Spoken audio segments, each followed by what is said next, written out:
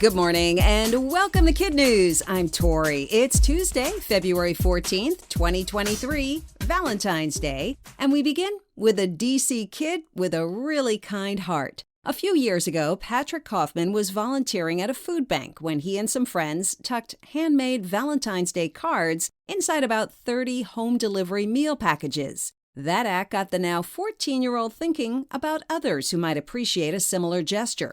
So he kept growing the project, and this year, Patrick just organized the creation and delivery of 16,000 Valentines for people who otherwise likely wouldn't get one at hospitals, nonprofits, and nursing homes. The ninth grader personally recruited students in 62 schools around D.C., Maryland, and Virginia to make the cards, and his parents, uncle, and grandmother to bundle them up into boxes. He told the Washington Post he feels a big sense of accomplishment, but after today, we'll all be taking a little break.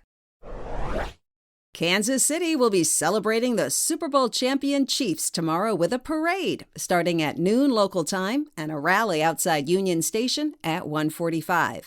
Many school districts in the area are making good on their promise we reported last week, announcing they will cancel classes for the day so students and staff can join the celebration. And while Kansas City won the Super Bowl, Team Fluff is the repeat winner of the Puppy Bowl. Vivian the Bulldog scored the game's final touchdown by taking a green turtle toy into the end zone. The annual competition between teams Fluff and Ruff showcases dogs in need of adoption. Pups still available are featured on Discovery's website.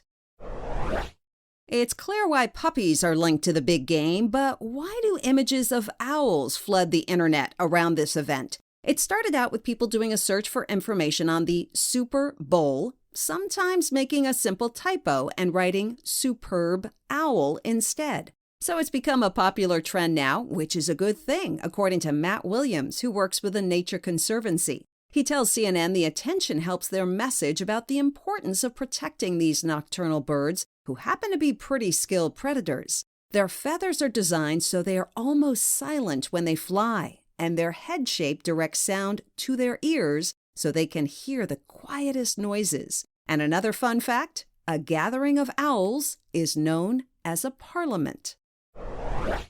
3D printing is getting big, really big. Engineers are currently building the U.S.'s first two-story 3D printed house in Houston, Texas. The project started in July and is about halfway through the process. A team member tells NPR they're taking their time to learn the capabilities of the enormous machine doing the work and how the material, a combination of concrete and wood, reacts in different weather conditions. Compared to traditional construction, the developers say making houses with a giant printer could soon become cheaper, faster, and require less labor, which could help ease the country's current housing crisis.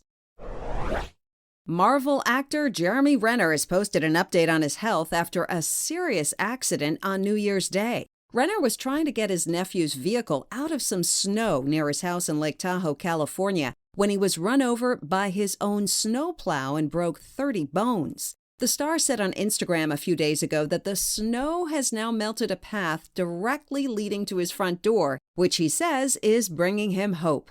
The 52-year-old is said to be doing well, but still has a long road to recovery with years of intense physical therapy, and he's doing what he can from home to help promote some of his new work on TV.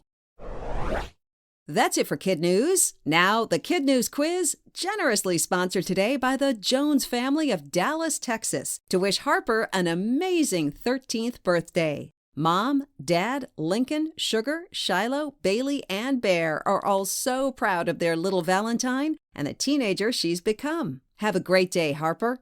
Now, our KidNuz quiz. When is Kansas City hosting a parade for the Super Bowl champion Chiefs?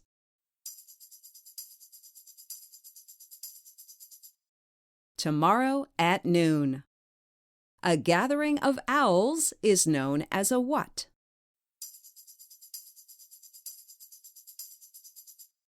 A parliament. A 3D printer is currently making what first-of-its-kind structure in the U.S.?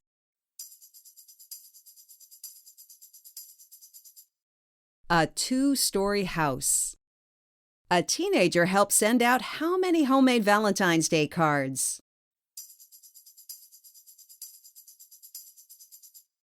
16,000. In our KidNuz Kicker, the origins of Valentine's Day are not clear, but may have been linked with a Roman festival to celebrate the coming of spring.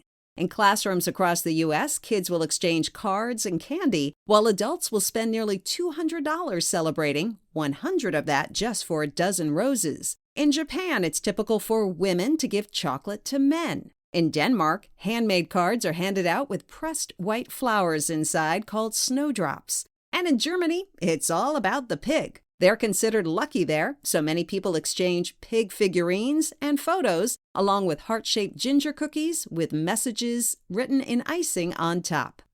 Before we go, we want to again thank our quiz sponsor, the Jones family of Dallas, Texas. Shout out to Harper for her 13th birthday, and hello to all her friends at the Shelton School. And a shout out to some of our terrific KidNuz teachers, Mrs. Bollinger and her Knights at East Noble High School in Kendallville, Indiana. Mrs. Hicks and her Spartans at Webb School in Knoxville, Tennessee. Mrs. Sullins, a.k.a. Mom, who homeschools her 5 favorite kids in Bucksport, Maine. Mrs. Anyking and her Wildcats in Holton, Kansas. And Mrs. White and her Wolves at Medicine Crow Middle School in Billings, Montana. Thanks for listening. It really helps if you rate and review us wherever you get your podcasts. We do read them all and might even post yours in our emails or on our website.